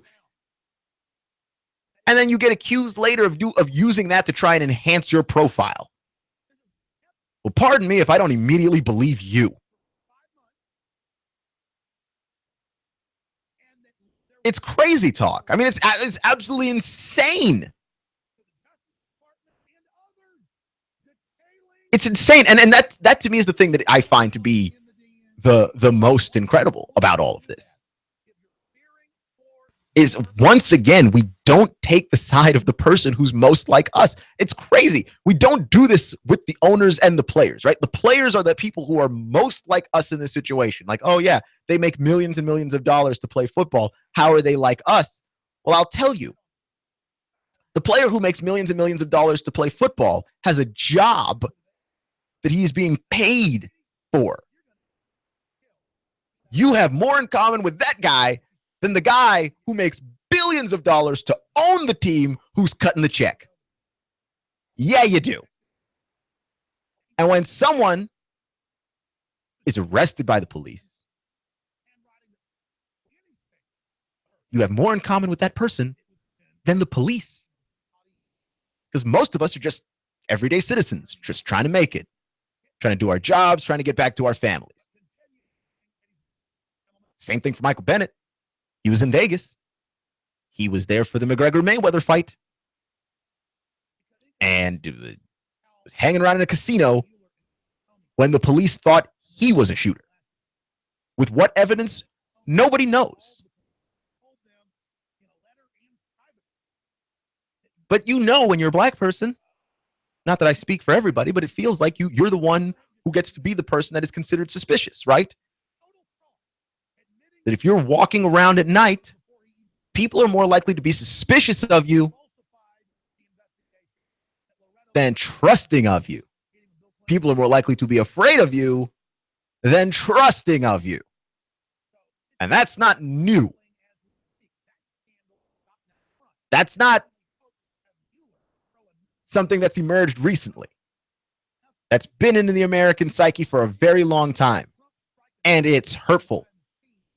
It's hurtful. It sucks every single time.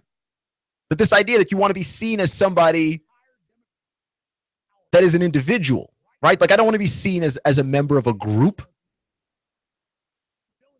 First off, it's not fair that there are many negative associations attached to that group. But even if those associations were true, I would still want to be seen as an individual. And the fact of the matter is I'm not seen as an individual. And my guess is, I have no proof of this, obviously, which is why I'm trying to preface this. My guess is that Michael Bennett wasn't seen as an individual either. Like you showed up for an active shooter situation where, fortunately, there was no shooter. Someone was just mistaken. And I am inclined to believe the police on that. But then you see a guy and that's pretty much all the decisions you needed to make. Oh, there's a black guy hiding behind a slot machine. That's the guy. Like, how does that make any sense? At all. And I can only imagine what he must have felt like. I don't know. Right? And I've said this as a person who has never had a negative interaction with the police. Get pulled over by a police officer, I'm still freaked out. Like, what if this time's the time? What if now's the time that it happens? Like, you can understand how that would be justifiably horrifying for somebody. You should be able to. It only takes a little bit of empathy. Put yourself in that person's shoes. There's a cop on your back handcuffing you with his knee on your back. There's another cop with a gun drawn, for what reason God only knows, pointed at you like you're about to turn into some kind of superhero and break out of the cuffs. Like, what else is he going to do? You're being polite because you have to be polite because, I don't know, you think to yourself, how do I not make this worse? Because you think that while being on the ground and being roughed up and having a gun pointed at you is bad. Look, there's always situations that can be worse. plenty of situations that can be worse. If you own a TV and you've seen the news, you know what those situations look like. So you're trying to be polite in a situation where you don't want to be polite.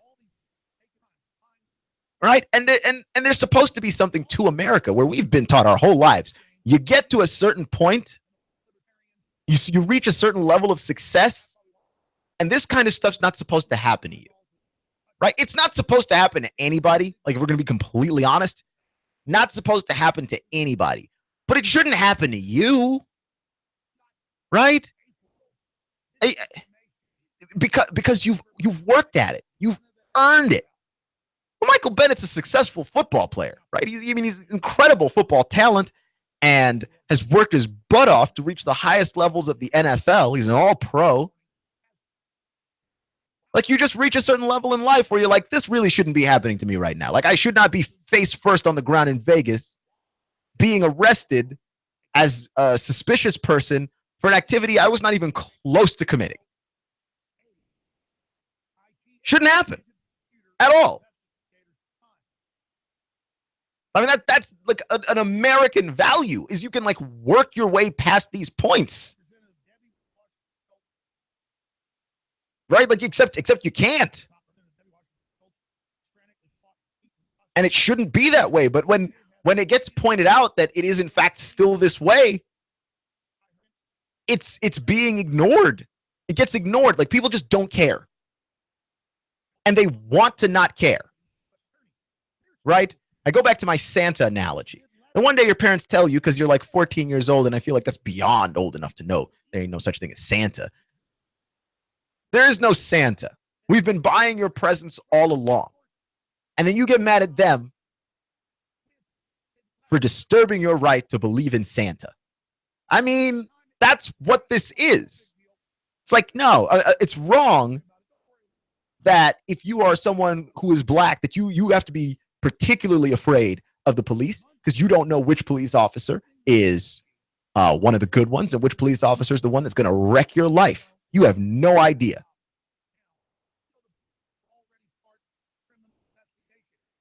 You have no clue. And when you tell America, hey, this really sucks.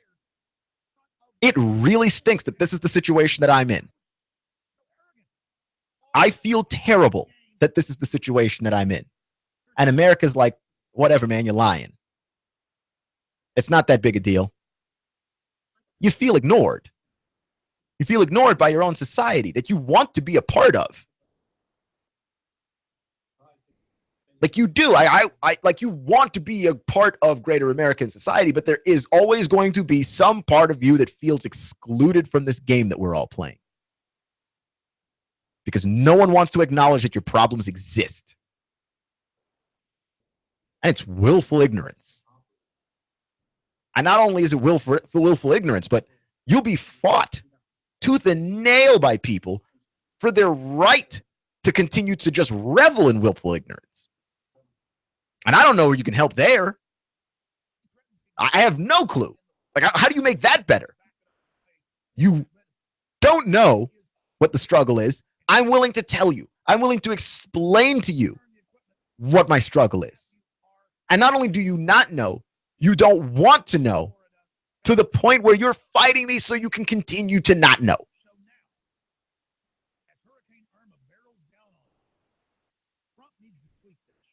That's not good. It's not a good spot we're in. We're going to have to talk to each other about this stuff. We have to talk. You cannot keep burying your head in the sand. And when I say you, I don't mean you specifically. I just mean Americans in general. Can't do it. Like, talking is the only way that any of this stuff works out. That if someone is different from you, I don't want to hear, because it's the most insane thing that I've ever heard. Oh, I don't see color. Like, yes, you do. You absolutely do see color. I see color. What are you talking about? Of course you do. Don't pretend. Don't do that weird thing that people do where it's like, oh, I've got black friends. Stop it. Stop. Here's what I'd like you to do. Hear me out. Hear me out, and then I'll hear you out. And we're not going to always agree on this stuff, okay? Like, I'm going to have opinions that to you just seem wild. And you're going to have some opinions that to me just seem crazy. But I have to acknowledge that sometimes when I'm talking to you, you're right. And sometimes when you're talking to me, you have to give me the deference and respect for the fact that I might be right. Right? And when a bunch of people are telling you that this is our experience, it deserves some kind of a voice. Well, how do you get people to listen? You don't make them comfortable. If comfortable talk could work, we would do it, right? Like that seems to be where we're at with this. Like if you could just get people to sit down and talk about stuff that's not fun for a little bit, just so we could find some kind of solution and go somewhere, it'd be fine, but it doesn't work. So what does somebody have to do to get your attention? What's the worst thing they could do to get your attention without being completely disrespectful? Oh, I don't know, take a knee during the national anthem. It's not good. It's not a sign of respect, but I've got your attention and I didn't break laws, right? I didn't riot and steal TVs and whatever else people get accused of doing. I took a knee during the national anthem. Now you're paying attention to me. Can you listen to me for like 5 seconds? Like just 5 or 10 seconds.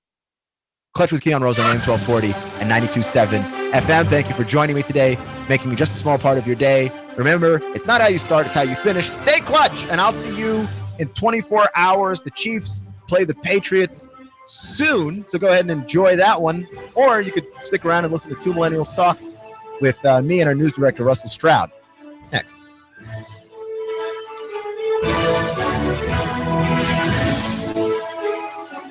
In-depth traffic, news, and information. Mornings on Nooga Radio, AM 1240 and 92.7 FM.